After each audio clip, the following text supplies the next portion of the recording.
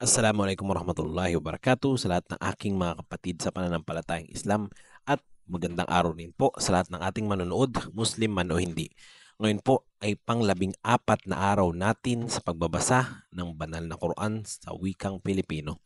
I-click nyo lamang po ang profile ko para sa mga nakaraan na una nating pagbabasa. Hinihikayat ko po kayo makibasa at magnilay kasama ko sa mga salita ni Allah na gabay para sa katauhan. Tutuloy po natin ito sa Surah Al-Baqarah pa rin, verse 261.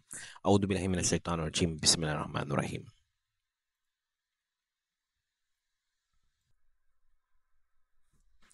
Ang halimbawa ng mga nagtutustos ng yaman nila sa landas ni Allah ay tulad ng buto ng halaman na tumutubo na may 7 sanga. Ang bawat sanga ay mayroon 100 butil. Si Allah ay nagdodoble ng gantimpala sa sino mang naisin niya.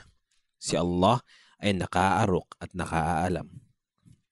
Yaong mga nagtutustos mula sa kanilang mga kayamanan sa landas ni Allah at hindi ito sinusundan ng panunumbat at pamiminsala ay para sa kanila ang gantimpala mula sa kanilang Panginoon. Walang takot para sa kanila at hindi sila malulungkot. Ang mabuting pananalita at pagpapatawad ay mas mainam kaysa sa kawang gawa na sinundan ng pinsala. Si Allah ay mayaman at mapagpaumanhin. O mga nananampalataya, huwag ninyong pawalang saysay ang inyong mga kawang gawa sa pamamagitan ng panunumbat o pamiminsala tulad ng nagtutustos ng kanyang kayamanan upang magpakitang tao lamang at hindi nananampalataya kay Allah at sa huling araw. Ang halimbawa niya ay yaong makinis na bato na may alikabok sa ibabaw nito at ito ay inulan at naging makinis muli ito. Wala silang mapapanatili sa mga nakamit nila. Si Allah ay hindi naggagabay sa mga hindi nananampalataya. Ang halimbawa ng mga nagtutustos ng kayamanan nila na naghahangad ng kalugaran ni Allah at pagpapatatag sa kanilang mga sarili ay tulad ng hardin na inulan at ang bunga nito ay dumoble. At kung hindi ito ulanin ay sapat na ang ambon. Si Allah sa inyong mga ginagawa ay nakakakita. Nais ba ng sino man sa inyo na magkaroon siya ng hardin ng mga palmera at ubas na dumadaloy sa ilalim nito at ang ilog at naririto para sa kanya ang lahat ng uri ng bunga? Subalit siya ay tumanda na at siya ay may mga anak na may hina at tinamaan ang hardin na ito ng buhawi na may apoy at ito ay nasunog. Ganito nililinaw ni Allah sa inyo ang kanyang mga talata upang kayo nawa ay mag-isip. O mga nananampalataya, magtustos kayo mula sa mga mabuting kinita ninyo at mula roon sa mga pinatubo namin para sa inyo mula sa lupa. Huwag magtustos mula sa masamang bagay samantalang hindi ninyo ito kunin liban na lamang na kayo ay nakapikit. Alamin ninyo na si Allah ay mayaman at kapuri-puri. Si Satanas ay nagbabanta sa inyo ng kahirapan at naguutos sa inyo ng imoralidad, samantalang si Allah ay nangangako sa inyo ng kapatawaran niya at biyaya. Si Allah ay nakaarok at nakaalam. Ibinigay niya ang karunungan sa sino mang naisin niya. Sino mang mabigyan ng karunungan ay binigyan ng napakaraming kabutihan. Walang nakaaalala liban na lamang sa mga nakauunawa. Anumang itustos ninyo na panustos o panata ninyo mula sa mga panata ay tunay na si Allah ay nakaalam nito. Ang mga mapang-api ay walang tagatulong.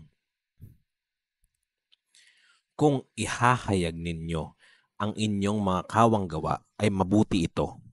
Ngunit kung ililihim ninyo ito at ibigay ito sa mahihirap, ay mas mainam ito para sa inyo at aalisin ni Allah ang ilan sa inyong mga kasalanan.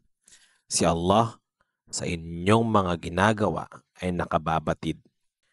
Wala sa iyong kamay, O Muhammad, ang gabay nila, bagkus si Allah ang naggagabay sa sino mang kanyang naisin.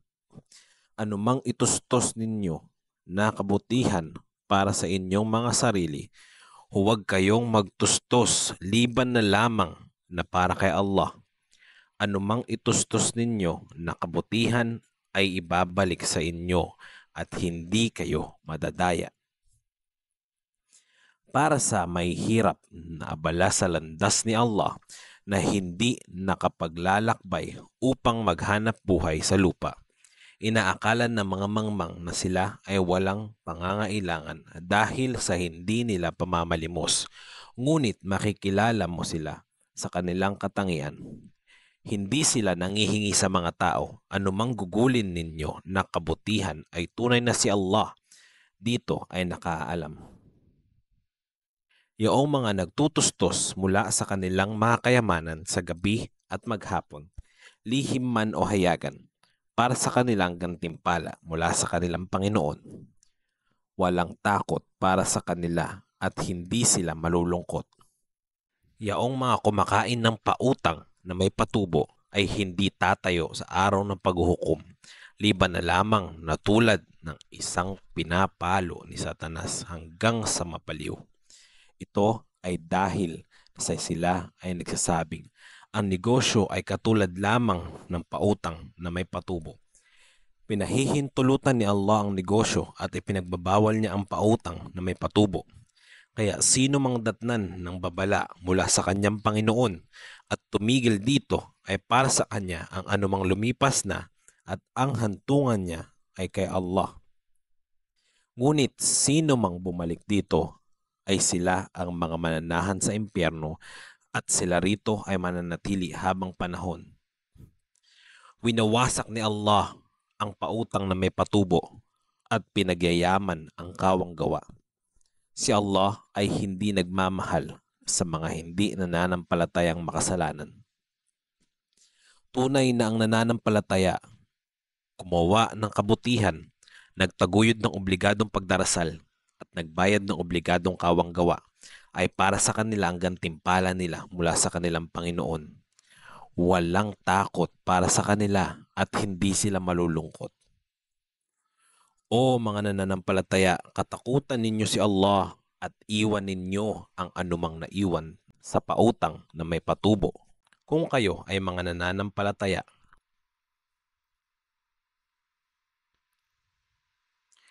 kung hindi ninyo ito ginawa, ay alamin ninyo ang deklarasyon ni Allah at ng kanyang sugo ng digmaan laban sa inyo.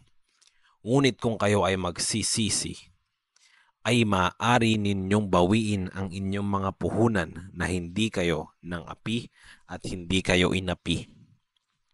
Kung ang sino mang may utang sa inyo ay nasa kagipitan, ay bigyan siya ng palugit hanggang sa panahon ng ginhawa. Ngunit kung ibibigay ninyo ito bilang kawang gawa ay mainam para sa inyo kung inyo lamang nalalaman. Hanggang dito lamang po muna ulit. Inshallah bukas pa ipagpapatuloy natin ang karugtong. Maraming salamat po sa pakibasa at pakikinig. Hindi pala tayo ni Allah. Assalamualaikum warahmatullahi wabarakatuh.